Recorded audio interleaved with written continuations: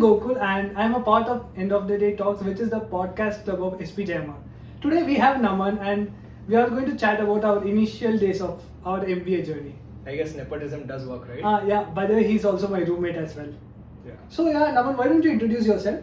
Well, hi guys, to all the viewers who are watching this, I'm Naman Goyal, one of the 4 Namans in our batch. Thankfully, I'm that unique. I'm in operations and supply chain management. I was also in C section. We both were in C section, by the way. It's the best section, just so you guys know. Yeah, and that's about me.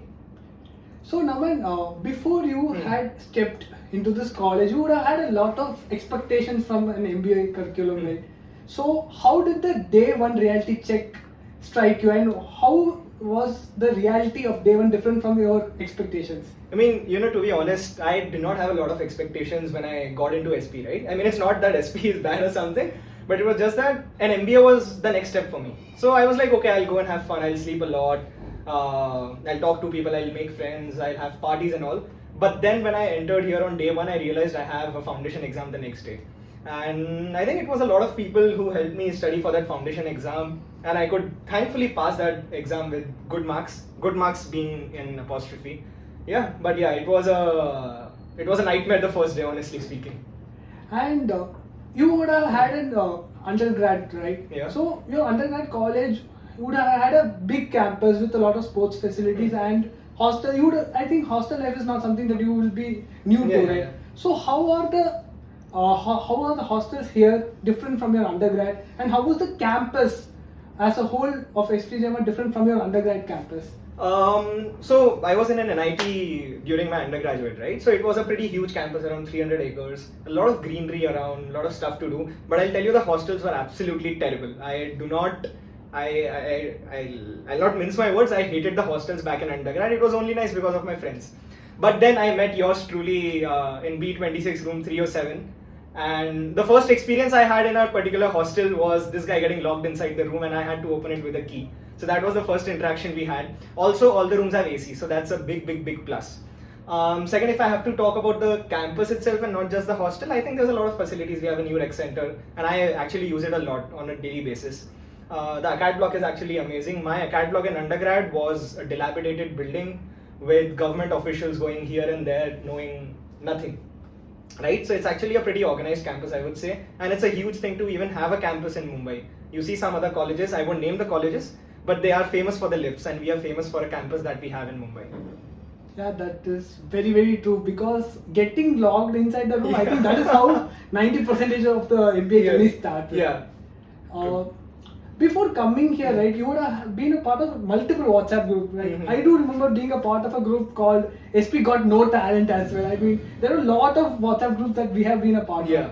And you also do remember that there are a lot of photos being forwarded in the group, especially the cat photos, right? So I was thinking, we have a lot of pet lovers in our batch before actually meeting them. So what was your initial perception of our batchmates, and after coming here, what was the reality check there as well? So the interesting about cat pictures is I thought I'm actually entering the wilderness, right? There were like almost 50 cat pictures on a daily basis. I'm not sure if that's the case for the new batch that's come in or the other batches that have passed out.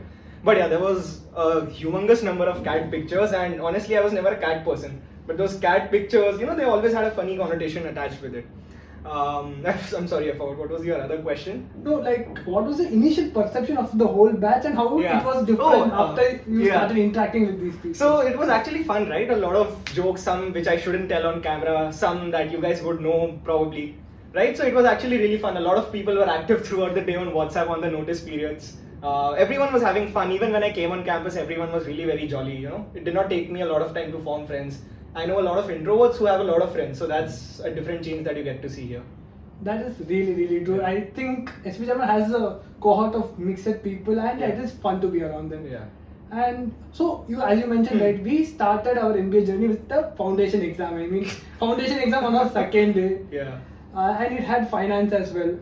And after completing the exam, we had classes, different subjects, financial, accounting, a lot of other subjects as well. So how was the subjects, like, were you finding it really difficult for you to understand the concept, since we are completely new to finance? Correct, yeah. So how was your initial classroom experience? As you all would start, you would take a new notebook, 15-20 rupee notebook from the nearby stationery, you get a new pen, you have a new bag that you carry to the class. That was me on the first day itself. The only difference is I did not make any notes, and I since haven't made any notes, right? When we talk about FASA, right, I'm an engineer, so I absolutely have zero background in finance or accounting or any of that sort, But when I think there are two aspects to it, when it comes to subjects like these. First of them is the professor. The second of them are your batchmates, right, or your classmates who teach you. So we have a very nice concept here called as addas, right? So I have work experience, but there was a fresher who was teaching me financial accounting concepts, and that was something really nice for me. Even the professors here who taught us FASA, which was Sapna ma'am, she was really, really great. She was very patient with us. So I think even picking up newer subjects was not as big a task as I had thought it would be. So yeah, that was a nice journey. Plus, it's interesting to act like a person who does not know anything in front of a person who knows everything. That is truly very, very right, and that is what most of the MBA grads do. Yeah, absolutely. You'll learn it in due course, right? You'll start throwing jargon which absolutely does not make sense. And especially with respect to FASA, right, when you actually don't pay attention even for 2 to 3 minutes, that's all. It is really difficult to catch up with the other batchmates, and the other really helped us to get through the exams. I'm still haunted by the debit and credit rules. I still don't understand it, by the way. Same.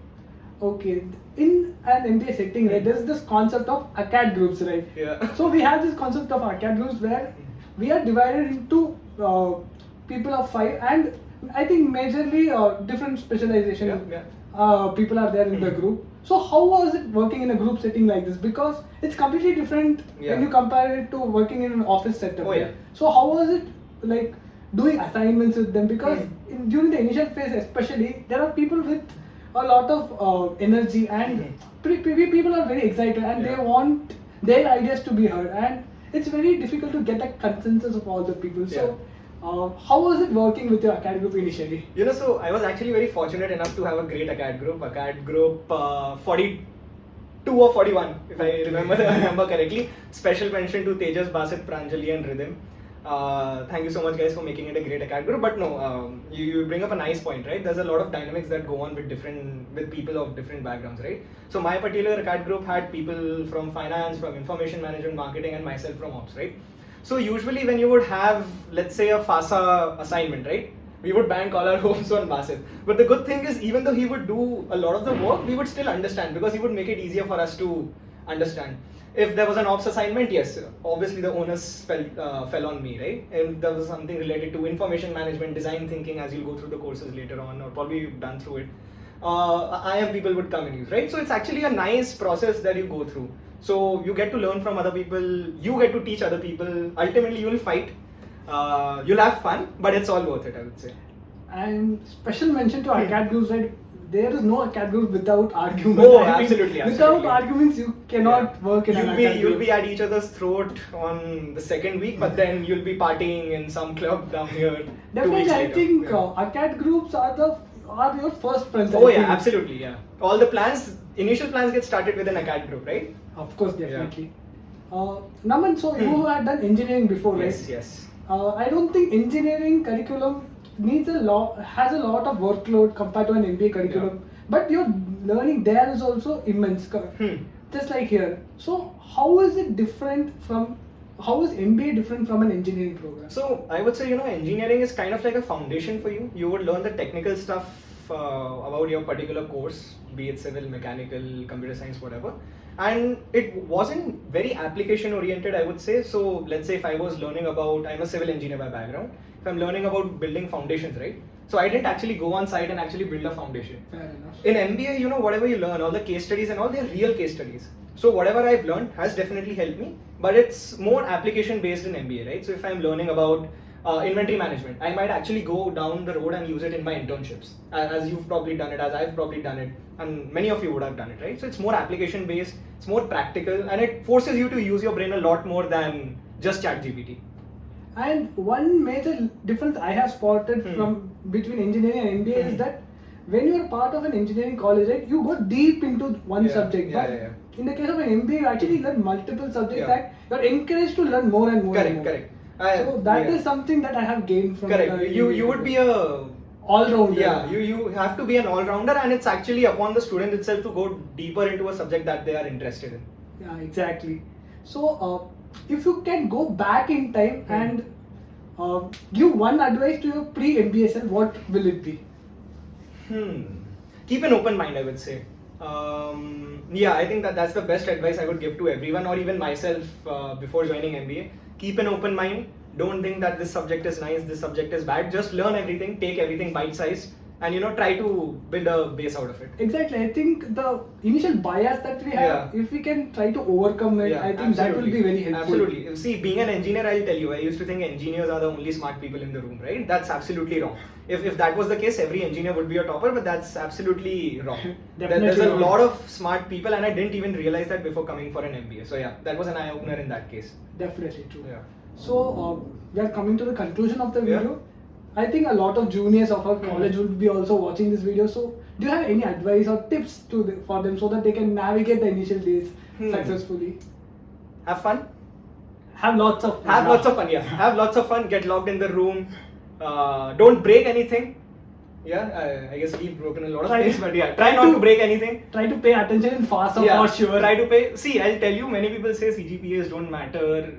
All of this doesn't matter, but I'll tell you honestly, it does matter. You'll realize this later, but it's actually helpful.